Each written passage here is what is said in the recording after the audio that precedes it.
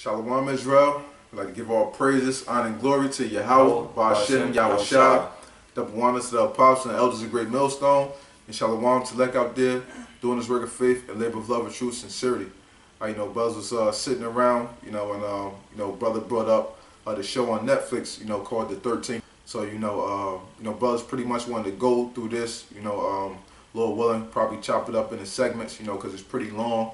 We're just gonna go in the spirit with this, and the title of this lesson is gonna be Collusion of Power, based upon the things in which Esau is doing. So for brothers to get that understanding, we can bring out the definition now.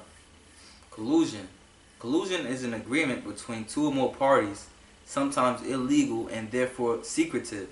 Exactly. That secretive agreement or so-called illegal agreement, which is in accordance with the scriptures, okay? The agreement that the head nation of our enemies, these Edomites and all the other nations. And what is that secret agreement? That secret counsel going into Psalms the 83rd chapter. Come on. Bring it out right quick. This is Psalms chapter 83. I'm going to start at verse 1. Keep not thou silence, O Yahawah. Hold not thy peace, and be not still, O power. For lo, thine enemies make a tumult, and they that hate thee have lifted up the head. They have taken crafty counsel against thy people, and consulted against thy hidden ones. Right, that crafty counsel. What, going into what? That secret agreement and a conclusion. Read that one more time, huh? Collusion is an agreement between two or more parties, sometimes illegal and therefore secretive. Right, secretive. So go back to that. It says, for lo, thine enemies make a tumult, and they that hate thee have lifted up the head. They have taken crafty counsel against thy people, and consulted against thy hidden ones. They have said, come and let us cut them off from being a nation, that the name of Israel may be no more in remembrance. For they have consulted together with one consent. With one consent. That's that collusion. What? Two or more parties coming together in a secret agreement, man. So that's clearly according with the scriptures, man. Okay, so go ahead. And it says, they are confederate against thee. The tabernacles of Edom. Esau, go ahead. The so-called white man. And the Ishmaelites. The Arabs, okay. Of Moab and the Hagarenes. Okay. Gebal and Ammon and Amalek. The Chinese, the so-called Chinese, so-called Japanese, Amalek, them devils, the so-called Jews, okay, which mainly run the society, okay. The Philistines, which is our Egyptians, go ahead. The inhabitants of Tyre, and what, Hamites. Ashur, also is joined with them. They have holpen the children of Lot, Salah. Right, so that shows you all those different nations are in confederate against what? The Lord's chosen people, which are you so-called blacks, Hispanics, and Native Americans, man. That collusion of power, that secret agreement of power in which they've made amongst themselves, what, to oppress our people and to keep us down in the state in which we're in now and to this day. So you can continue on with that definition. It says, to limit open competition by deceiving, misleading, or defrauding others of their legal rights. Right. What? To limit open competition, man. Okay? Because they see us as competition. Because we are the rightful rulers of the face of this earth, man. So they know that spirit, man. And it's within their spirit to go against our spirit because they know we are competitors, man. We are rivals. Since the birth of Jacob and Esau, we are rivals, man. This was destined, preordained by the Most High to be this way, man. So they're trying to limit all open competition, which is the Israelites. They don't really consider the other nations competition as they consider the Israelites because they know the righteous power that's backing us, man. If I can add right quick, you know what I'm saying, like you made mention earlier, Black Wall Street. Here it is, you seen the progression, and the success that they had once they came together. And what did the so-called white man do? Biblical name Esau. He brought bombs upon them. You know what I'm saying? He destroyed their businesses to where they had nothing left. So that's a case and example how this devil, the so-called white man, views us as competition.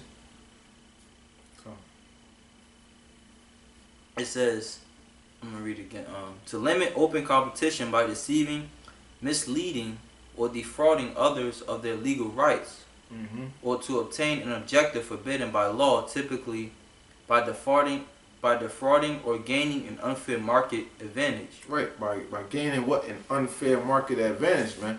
Everything within society is for the benefit of these devils, and it's not for us as the Israelites, man. You know, by them having the loopholes and different things through their laws and so on and so forth. And that's ultimately what this 13th Amendment, in which we're going to get into, is dealing with and is talking about, man. When you look at everything within the society, what advantages do us so-called blacks, Hispanics, and Native Americans have? None, man. But who has the upper hand?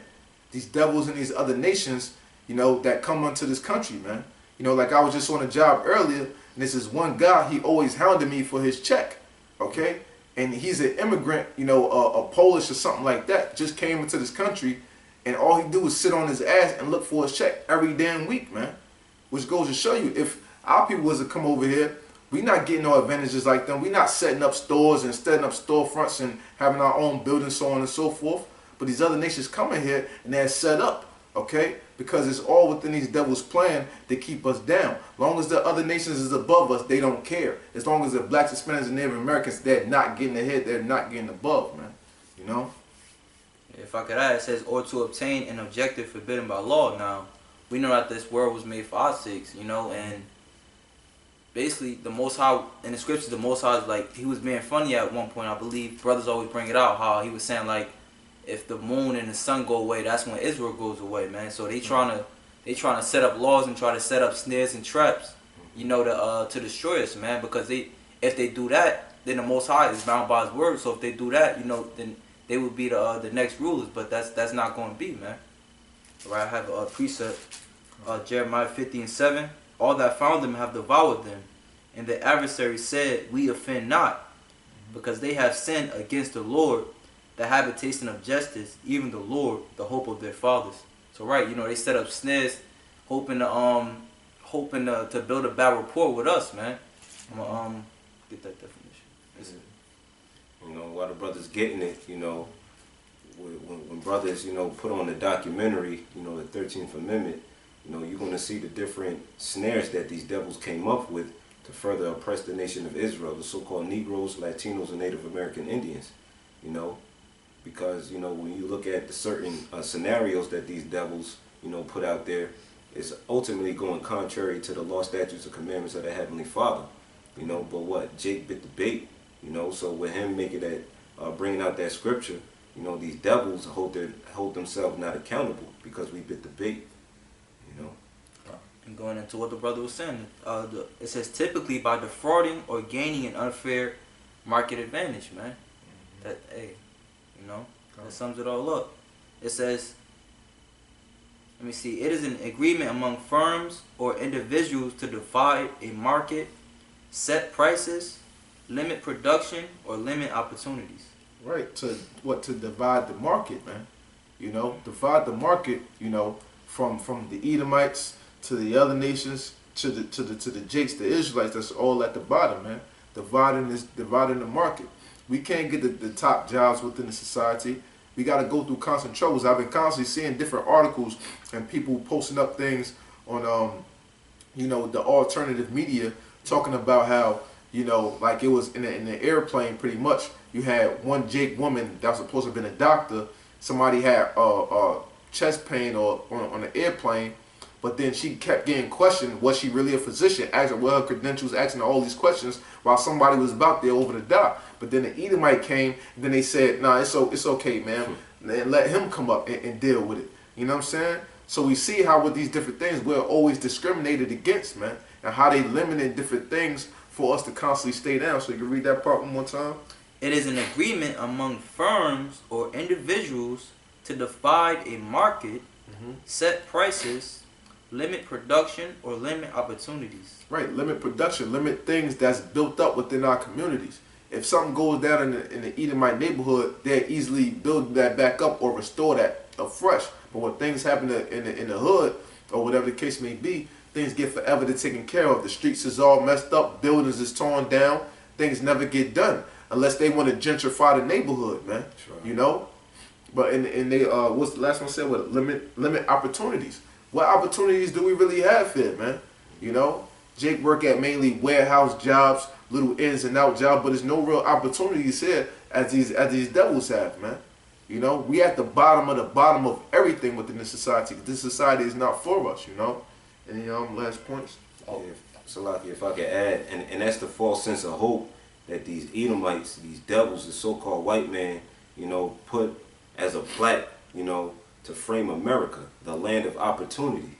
This place is not an opportunity for the nation of Israel.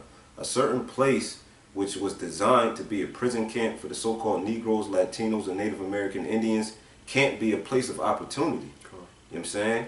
So what? That was just a wicked device that the so-called white man came up with to further oppress our people, because that's psychological warfare.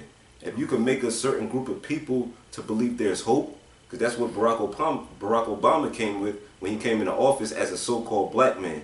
You know, it gave what? A false sense of hope and what? Change. You know what I'm saying? In which the nation of Israel wasn't going to see that hope, nor will we see that change. You know what I'm saying? Because what? We're going to see that when Yahawah sends his son YAHAWASHI to bring these devils down. But as far as with Barack Obama, with him being a heathen and him working as a puppet under the elites, we're not going to see that hope nor change, man. Yeah, you know, so you know, with that, you know, this was just an introduction unto us getting into this segment, the 13th Amendment. So without further ado, you know, we're going to get into these clips of edification and filter them through the scriptures.